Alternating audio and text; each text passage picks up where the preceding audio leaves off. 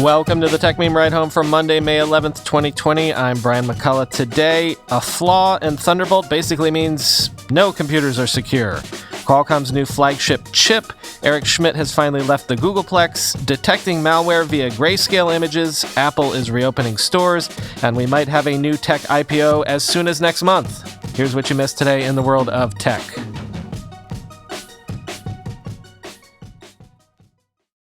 A researcher says that Thunderbolt ports have an unpatchable flaw that could allow hackers with physical access to the port to have the ability to circumvent data safeguards. This so-called Thunderspy attack takes less than 5 minutes to pull off, and it affects any PC manufactured before 2019.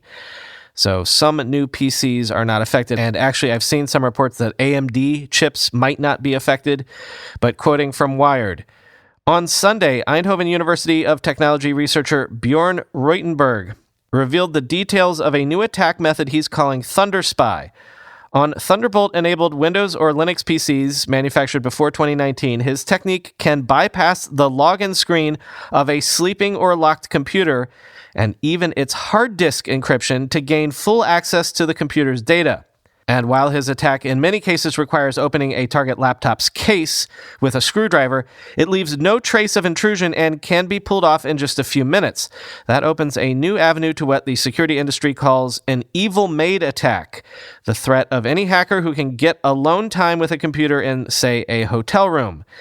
Reutenberg says there's no easy software fix, only disabling the Thunderbolt port altogether will work. Quote, all the evil maid needs to do is unscrew the backplate, attach a device momentarily, reprogram the firmware, reattach the backplate, and the evil maid gets full access to the laptop, says Reutenberg, who plans to present his Thunderspy research at the Black Hat Security Conference this summer, or the virtual conference that may replace it.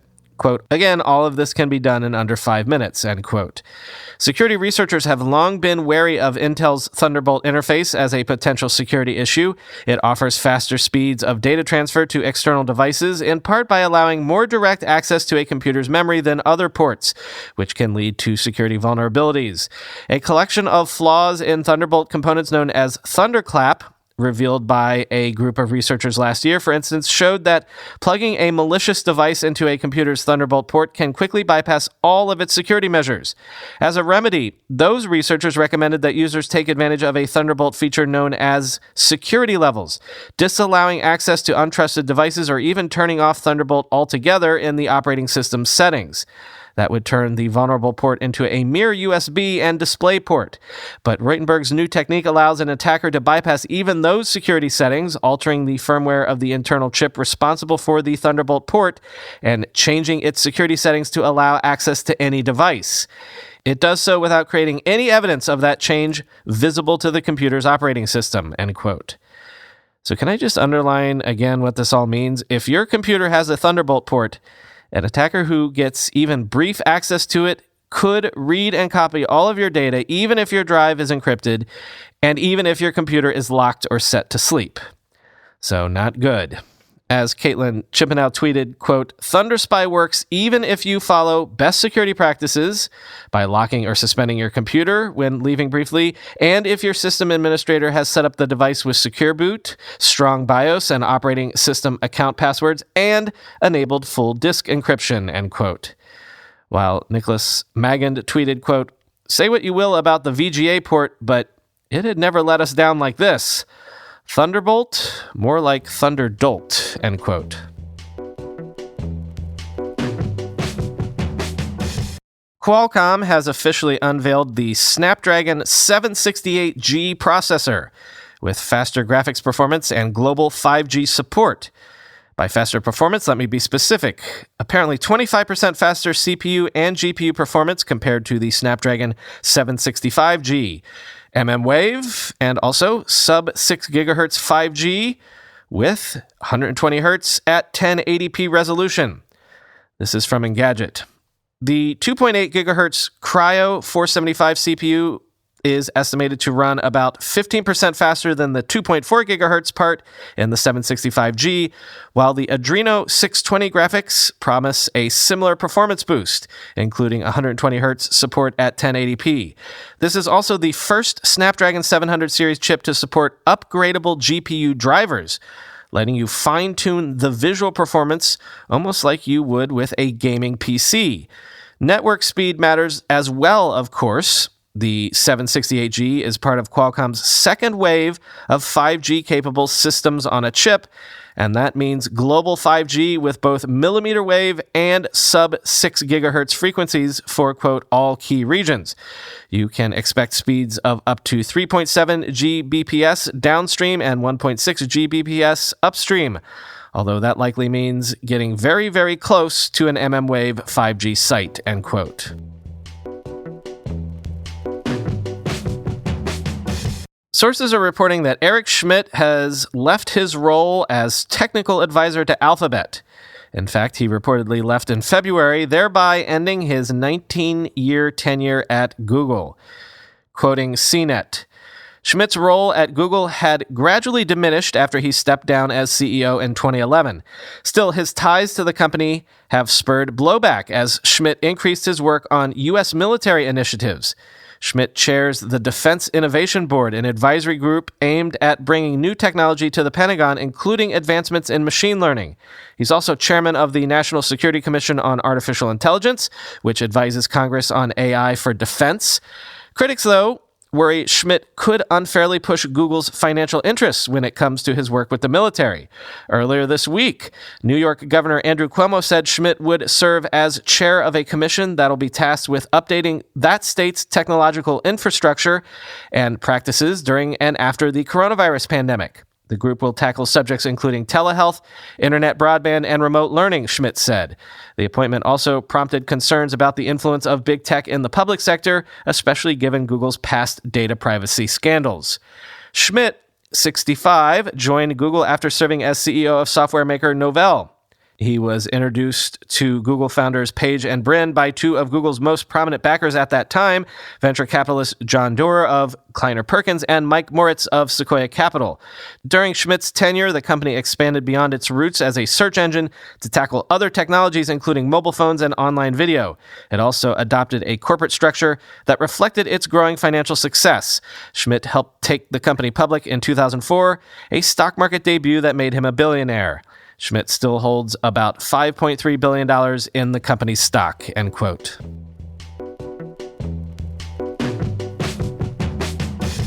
Couple of cool solutions to tell you about today. First, Microsoft and Intel have developed an approach to detecting malware that, this is clever, involves first converting its binary form into a grayscale image and then applying deep learning methods to analyze the image. Which is pretty wild, right? Quoting ZDNet. The Intel Microsoft research team said the entire process followed a few simple steps. The first consisted of taking an input file and converting its binary form into a stream of raw pixel data. Researchers then took this one-dimensional pixel stream and converted it into a 2D photo so that normal image analysis algorithms can analyze it. The width of the image was selected based on the input file's size. The height was dynamic and resulted from dividing the raw pixel stream by the chosen width value. After assembling the raw pixel stream into a normal-looking 2D image, researchers then resized the resulting photo to a smaller dimension. The Intel and Microsoft teams said that resizing the raw image did not, quote, negatively impact the classification result, and this was a necessary step so that the computational resources won't have to work with images consisting of billions of pixels, which would most likely slow down processing. The resized images were then fed into a pre-trained deep neural network that scanned the image, 2D representation of the malware strain, and classified it as clean or infected. Microsoft says it provided a sample of 2.2 million infected portable executable file hashes to serve as a base for the research. Researchers used 60% of the known malware samples to train the original DNN algorithm, 20% of the files to validate the DNN, and the other 20% for the actual testing process. The research team said Stamina, achieved an accuracy of 99.07% in identifying and classifying malware samples with a false positive rate of just 2.58%, end quote. Microsoft is also rolling out something that it has tested internally, something called a Reply All Storm Protection feature for Office 365 customers. Once you hear what this does, you can see why this might be more than welcome. In essence, this tool will let IT staff detect and head off one of those horrible situations when someone at your company replies all to everyone in your entire company, and well, you know how that goes. Aside from it being annoying, something like that can actually cause company email servers to go down. This even happened recently at Microsoft in January of last year, and in fact, just last month, clogging that company's internal communications for hours. Quoting once more from ZDNet, the feature started rolling out this week to all Office 365 users worldwide. In its current form, Microsoft says the Reply All Storm Protection feature will block all email threads with more than 5,000 recipients that have generated more than 10 Reply All sequences within the last 60 minutes. Once the feature gets triggered, Exchange Online will block all replies in the email thread for the next 4 hours, helping servers prioritize actual emails and shut down the Reply All storm. Microsoft said it would also continue working on the feature going forward, promising to add controls for Exchange admins so they can set their own storm detection limits. Other planned features also include Reply All storm reports and real-time notifications to alert administrators of an ongoing email storm so that they can keep an eye on the email server's status for possible slowdowns or crashes. And since Microsoft had its own run-ins with email storms recently, its own network provided the best testing ground for the feature. Quote, humans still behave like humans no matter which company they work for, the Exchange team said this week. We're already seeing the first version of the feature successfully reduce the impact of Reply All storms within Microsoft, end quote. Late Friday, Apple announced that it will begin reopening some of its U.S. retail stores this week, starting with select stores in Idaho, South Carolina, Alabama, and Alaska. Apple will limit the amount of customers that it is letting in to these stores at any one time and will also check temperatures at entry, quoting 9to5Mac. The company closed the majority of its 510 locations worldwide in the first half of March and has recently taken steps to restore critical support and service functions at a handful of stores across Australia, Austria, Germany, and South Korea. To reopen in the U.S., Apple is implementing precautions similar to those it tested when stores reopened in Asia, Europe, and Australia, end quote. And quoting from CNBC, Apple has only 6 stores in those states named and did not confirm that all of them are opening next week. Overall, Apple has 510 stores globally and 271 stores in the U.S. Apple said that the primary focus of the stores will be fixing products and that it will put safety procedures in place to protect staff and customers from the coronavirus, including temperature checks for employees and customers, social distancing, and face coverings for employees. Quote, our new social distance protocol allows for a limited number of visitors in the store at one time, so there may be a delay for walk-in customers. We recommend, where possible, customers buy online for contactless delivery or in-store pickup, Apple said in a statement, end quote. And finally, here's something that I didn't expect to wake up to this morning. Online used car seller Vrooom has apparently filed confidentially for an IPO, setting its sights on a June debut. In its most recent round of funding, just this past December, Vrooom was valued at $1.5 billion. And in case I'm slurring a bit, I should be clear that I'm saying Vroom, V-R-O-O-M, quoting the Wall Street Journal. Vrooom hopes to draft behind rival Carvana, a better-known online car seller whose shares have jumped 7-fold since its 2017 IPO.